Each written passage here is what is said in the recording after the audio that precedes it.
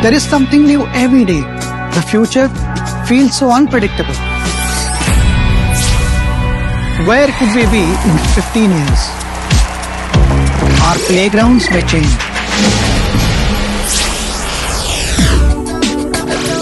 Learning may not need classrooms.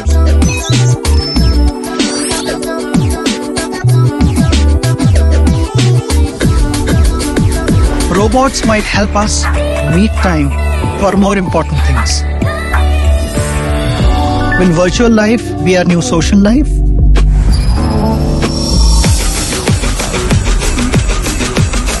Coming?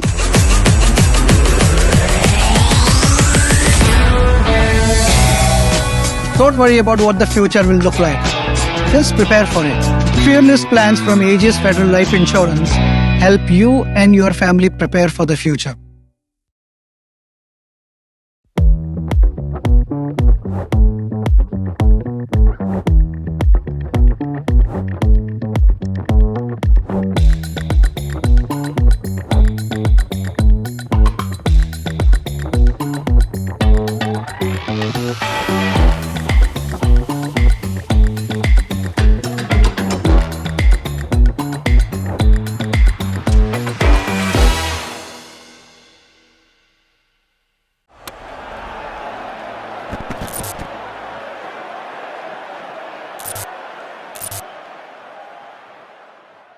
Hello and welcome to a very special World Cup series of Backstage with Boria with Greg Chappell. Greg was with us during the WTC final and all of you loved that interview. It went viral and obviously because he's with Straight Talk.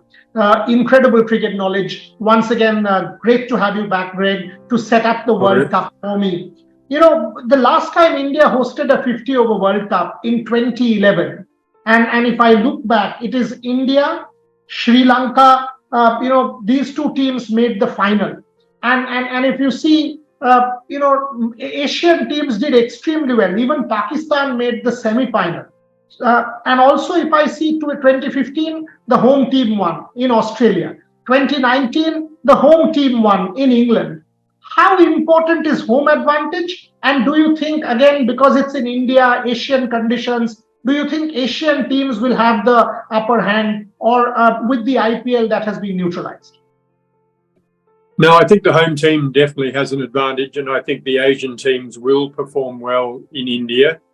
They know the conditions better. They are used to playing in the conditions. I think they'll bat better in the conditions than will the non-Asian teams. So they will have an advantage. But having said that, I think Australia and England particularly are strong teams and would expect to do well in the World Cup. Okay. You mentioned Australia and England. And when I look at Australia and England, and a lot of these players from Australia and England, they play the IPL. They play almost 2 months of white ball cricket in India. Yes, it's 20 overs, but they are now used to the conditions, no longer as alien as they would be in the past, the conditions. How much difference do you think that will make?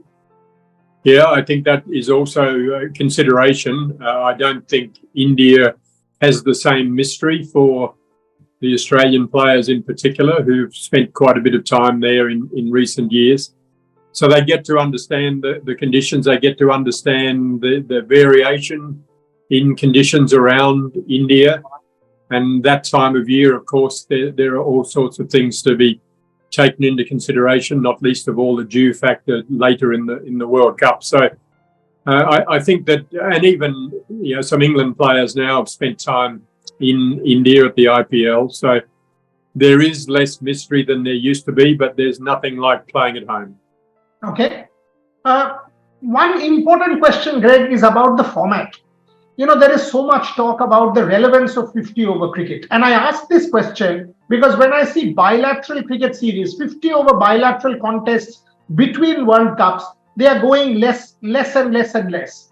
Saurav Ganguly was on this show and he said, the committee, the cricket committee has recommended less and less bilateral series between World Cups of this particular format.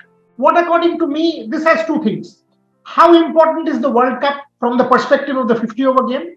And two, when you have so little bilateral cricket and maybe irrelevant bilateral cricket, you clearly don't test your players. A lot of your senior players are always rested. Your combinations are haywire. How much impact does that have on a team as they go into a tournament like the World Cup? Yeah, it's quite a complex question because there are a lot of factors to take into consideration around 50-over cricket. I think for a lot of countries, 50-over cricket is about the longest format that they can cope with. Test cricket, to produce a test-playing nation and a competitive test-playing nation takes a lot of investment, not least of all a really strong domestic competition to produce hardened test cricketers. So for a lot of countries, I think they've almost given up on test cricket or realised that they're not going to be competitive, particularly against the top 3 or 4 nations. So they tend to want to play a lot more white ball cricket, 50-over cricket in particular, or 20-over cricket in particular, but including some 50-over cricket as their long format, if you like. For the big 3 countries, they're playing so much cricket. When you throw in the IPL as well, they're playing Test cricket. They're playing 50-over and 20-over cricket around the world and in their own domestic competitions. Sometimes they need to give the key players a break. It also, that therefore gives not only the top players a break, but it gives the selectors a chance to look at other players and play them in positions that they mightn't otherwise get to play in when the big players are available. So that helps them as far as building their bench strength and going into these bigger tournaments to find out, which is their best combination, who are the best players to be taking away for this format. I think there's still a big place for 50-over cricket. I agree that 50-over cricket should be minimised in between World Cups so that there is time to play a little bit more Test cricket. And, as far as the Test World Championship, I think that, teams need to be able to play some Test matches to try and get past, the top 2 or 3 teams that seem to be the ones that are, getting to the final of the World Test Championship. Let me just take you back a little bit, Greg. You've coached India and you've coached India in a World Cup also. Social media wasn't even half as pervasive then. Rahul Dravid well. You've coached him. Can you just give me a sense what, according to you, will these two, Rohit Sharma and Rahul Dravid, a home World Cup, this kind of intrusive social media, what is it? What does it entail? I mean, think of the amount of pressure, and can you put it in context for my viewers? What it means for Rahul Dravid and Rohit Sharma in a social media age going into a home World Cup? Yes, that is a factor. It's very invasive and pervasive. It's all around. Nobody obviously has to turn their phone on to the social media accounts if they don't want to. And maybe during and around the World Cup time, it might be a good idea to put the social media away. Look, I think international teams have a lot of practice at ignoring the outside noise. They know what they have to do. They know which players are their best players, and they know the best combinations. Now, sometimes it doesn't work out as well as you would expect and would like, and therefore the media and social media take their hits and their free hits at the team management, at the key players, at the captain. But as I say, I think those that are experienced at that level know not to let that noise affect them and to focus on the things that they know work and to trust their systems. There is a process to being successful, whether the media believes it or not. Teams work on that process, and I think Rahul has been around long enough. They all have. They've been around and they've experienced this sort of thing before. they've probably all made the mistake of getting sucked into the social media and that noise from outside the group. But when it comes time, I think those two in particular are experienced enough to be able to put that to one side and focus on what they know they need to do. 2013 is the last time India won an ICC tournament. We've come close. 2017 Champions Trophy final, 2019 World Cup semi-final, and close games. 2022 in Australia, we made good progress before we sort of got hammered by England. 2016 the World T20 on home soil. Why is it? I mean, what do you think is an issue with India in ICC tournaments? I mean, when it comes to the WTC, I still understand that, okay, after IPL, we are not the best prepared. I at least can try and figure out that, okay, we could have been better prepared. But when it comes to white ball tournaments, we play maximum. We do so much. But then what goes wrong? Something goes wrong in critical matches like in semi-finals and finals, and India loses. What do you think from the outside could be the issue? Well, I think first and foremost, it's hard to win those tournaments. Everything needs to go very well. You need your key players to perform well. You need the tosses to fall the right way. So, I think that maybe other teams have just played a little bit better when it's when it's come to those big games. India's there and thereabouts all the time. They are one of the best teams in the world. There's no doubt. It doesn't matter the format. Now that they understand how important fast bowling is, particularly in red ball cricket, but all forms of cricket, that extra bit of pace makes such a difference, and it does sort the men out from the boys. So I think, obviously you're on the inside looking out in the sense that you're an Indian supporter, but I don't think they've done that much wrong, to be honest. The other teams have been pretty good, and it is hard to win those tournaments. In last T20 World Cup in Australia, I remember Greg Chappell commenting on the Virat Kohli innings versus Pakistan, and you were delighted. 2 questions. As an outside observer, what does India-Pakistan mean to you? Because you're neutral, you're objective, unlike me, unlike every Pakistani, every Indian. This is the match for the World Cup, and I could see the smile. Virat Kohli in Australia in that game.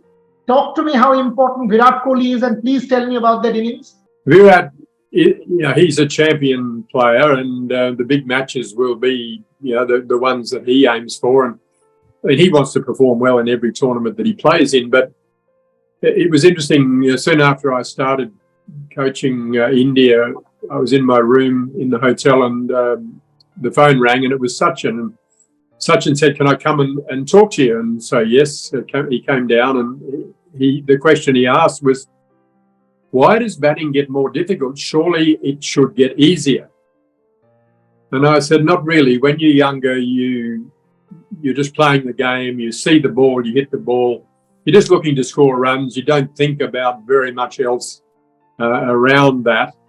As you get older, the opposition come to know a little bit more about you, and they understand you a lot better, and they know how to bowl to you and what sort of fields to set. You, having, particularly if you've been a good player, you've started to work out that the things that can go wrong, the things that you hadn't even considered when you were younger. And you also realise just how hard it is to perform at that level constantly, and how much hard work it takes, not least of all mentally, to make runs at that level. And I said to him, if you want to bat like you did as a young man, then you have to think like you did as a young man. And that means getting rid of some of this extraneous information that really you don't need. You're almost sort of jumping at shadows in a lot of cases. So if you can keep it simple, just focus on the basic things that you need to do, then batting should get easier. And I have no doubt that Virat is in that stage of his cricket career where he's been around a lot, he's seen everything that can happen, the opposition know him inside out, and he also knows just how hard it is to perform at that level. So it takes a special effort, and that special effort sometimes is just to try and decompress yourself, let go of a lot of the information that you've taken on board along the journey and just keep it simple. The other thing is that you need to come into these games fresh mentally. So he will have known, Virat will know what he needs to do to freshen himself up. There's no doubt in my mind that he will prepare himself well. He's always prepared himself well. He knows what he has to do. He will try and get himself to be as fresh mentally as possible before the tournament. If he can achieve that, I have no doubt that he can have a very good tournament. The last T20 in Australia, that sort of innings lit up the World Cup against Pakistan. Can you just I know you really enjoyed that. Can you talk to me about that under pressure, 90,000 people, whole world watching to play that innings? Yeah, I mean, it really was an exhibition of batting at that level and in that format. And what I liked about it was that it was pretty basic cricket. He just played cricket shots. It wasn't that he was backing away here or he was walking at the bowlers. He basically just played every ball on its merits, and he did with the bowlers what he wanted to do. He was the man in charge, and it was, an exhibition of how you should play in that format or any other format. And it goes back to the previous answer. He had obviously got himself into a place mentally that was really good, and he had sort of decompressed and got himself fresh for that game. He got rid of all the extraneous sort of input and just focused on the ball. He saw the ball and he hit the ball. And I don't think you're going to see a better exhibition of white ball batting, not least of all 20 over cricket. It was a masterclass from the master himself. Okay. Greg, one person who all of India will want in form, and he's coming back from injury, not too many games ahead of the World Cup, is Jasprit Bumrah. And again, being there sort of, as coach, what would you tell such a player who's a key player, very important player, but coming back after a layoff about a year, injuries will linger in his mind. He has to free that mind of clutter. How does Jasprit Bumrah approach the World Cup? Look, I think you've summed it up pretty well there. I mean, he's got to declutter as well and not get too caught up in all of the things that you can get caught up in at that level. If he is back to full fitness, the layoff maybe will have done him some good because it will have freshened him up, freshened his body up, and taken a little bit of the clutter out of his mind as well. He'll turn up mentally fresh. So he's an extremely good bowler, and he bowls particularly well in this format. He bowls well in most situations and most conditions. I think the key to it is he fully recovered? If he's fully recovered, then I think the break will have done him the world of good, to be honest. I think he'll turn up fresh. He seems to me to be somebody who doesn't complicate things very much. He's very well prepared, very well organised. He knows what ball he's going to bowl, and he just focuses on getting up and bowling that ball, and then he worries about the next one. And again, that's what you have to do at that level, any level for that matter, but particularly at that level, is play the game one ball at a time. Whether you're a batsman, if you can respond appropriately to each ball that's bowled, you will do well. And from a bowling point of view, if you are prepared and you've got your routines, at the top of you run up that this is the ball you're going to bowl. If you can stay consistent to your plans, and again, a little bit different for the bowler, he's responding to what the batsman does to maybe his best ball.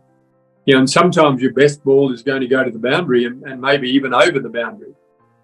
You can't afford to get sort of all caught up and discombobulated by the fact that that particular ball has gone to the boundary. That ball is finished. Just worry about the next one. And I think that's what Bumrah has been. He's been able to do that. And that's why he's been so good, is that he doesn't worry about what happened to the last one. Fascinating. He focuses on the next one. Fascinating. India versus Australia, Greg, India's first game, huge team, Australia. I mean, when I look at that side, David Warner, Stephen Smith, multiple all-rounders, Cameron Green, and then that bowling with Stark and Cummins and Hazelwood and Zampa. Really good side, Australia. India v Australia, how do you set that up for me? Yeah, well, they're the two of the best, probably three teams in world cricket. In this format, it's probably more than three, but Australia and India are two of the best teams in the world.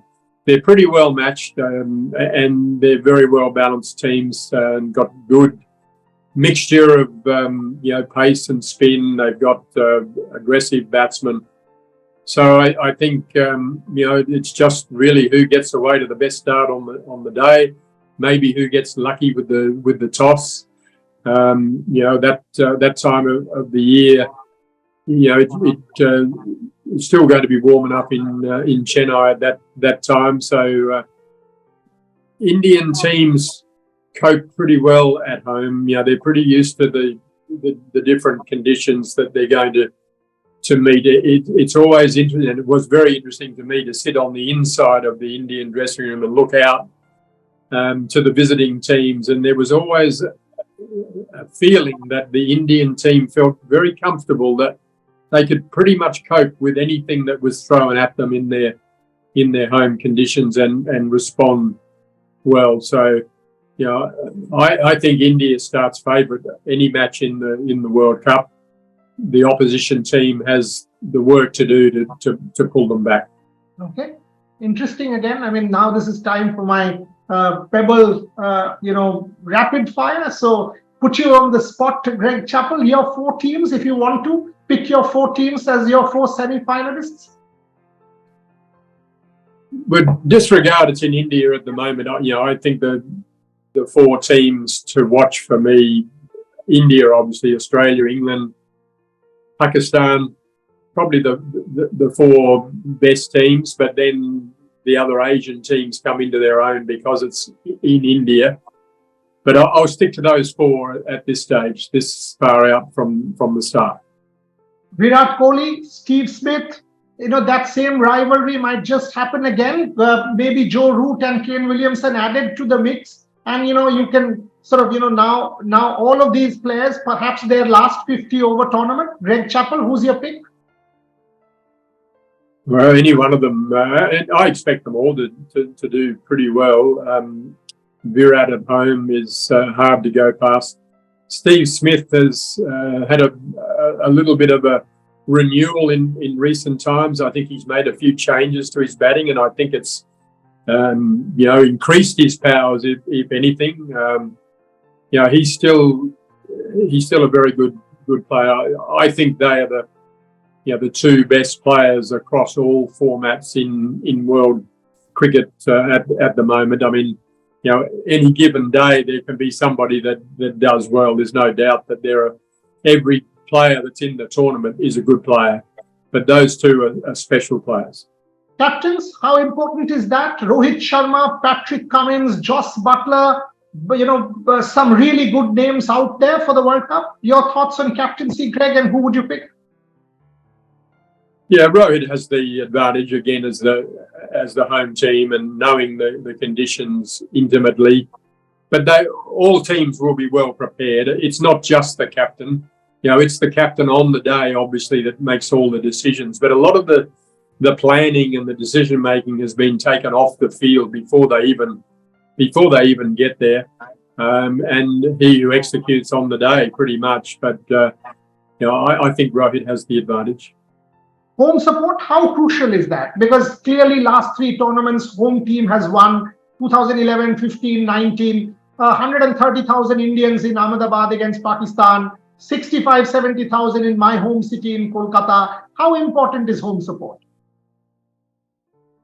Incredibly important. I think the energy that the players can pick up from the crowd, and the negative energy that the visiting teams can pick up from a huge crowd is a big factor. And I have no doubt that the big crowds that will turn up for these matches will lift that Indian team regularly, and may well be the difference. Last two questions. You mentioned pace. How important is going to be spin? Say an Adam Zampa, not too much talked about, very important. Kuldeep Yadav, maybe for India.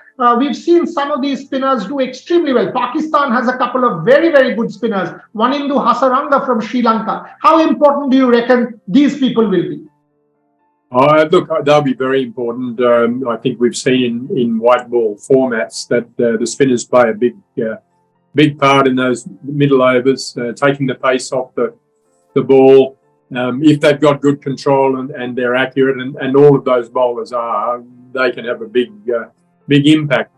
It will be very interesting when it gets to the business end of the tournament. Later in the tournament, the dew factor will obviously be there in many of the Indian venues, and that can have its effect on all bowlers, not least of all the spin bowlers. Again, I think they're all fairly experienced at dealing with those sort of problems, but the dew factor can't be ignored.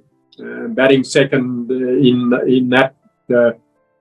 those conditions at that time of the tournament will be pretty important. So again, the toss does come into it. But I think that the team with the best bowling, the best mix of pace and spin bowling, is going to come out on top.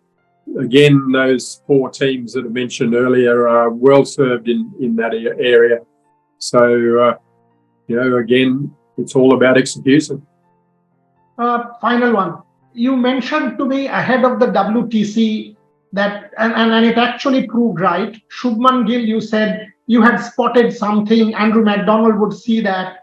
In home conditions, can Shubman Gill repeat his home form that we have seen, for example, in the IPL? We've seen some of, in the 50-over format. He's been extraordinary in home conditions.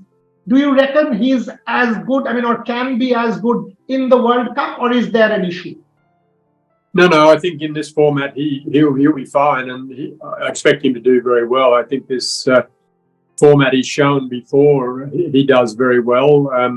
The issue that I've seen with him is more pronounced in red ball cricket, where the ball can move around a little bit more, and catching fielders are in positions for much longer. It's not such an issue for him in white ball cricket, but it can be an issue. There's no doubt that if he gets good balls early on, while the ball's new and hard and maybe doing a little bit, but he's a good player. He's proven himself in this format before, in most formats, to be honest. I'd expect him to do well. Finally, as an Indian supporter, this is not as an analyst, as an Indian supporter, 10 years we've been starving for a world trophy. How hopeful shall we be? Be a little bit guarded, because they are hard to win. There's no doubt about that. But, I think India is as well placed as anybody to win this tournament. The fact that it's at home, there is pressure on them, no doubt, but there is also the added, impetus from within the dressing room to want to win their home tournament. So I think you can be optimistic. Just be a little bit guarded, because you don't want to be disappointed if it doesn't quite work out. I'll let it be there. Greg Chappell, thank you very much once again for joining me. Always a pleasure to talk to you, and maybe halfway into the tournament, we'll do a kind of review and then review it at the end of the tournament as to how things do go for India, for Australia, and the rest of the teams, and also maybe from the perspective of the format. But as I said, always a pleasure to have you on my show. Thank you very much, Greg Chappell. Appreciate you joining. My pleasure, Boria. Thank you. Thank you.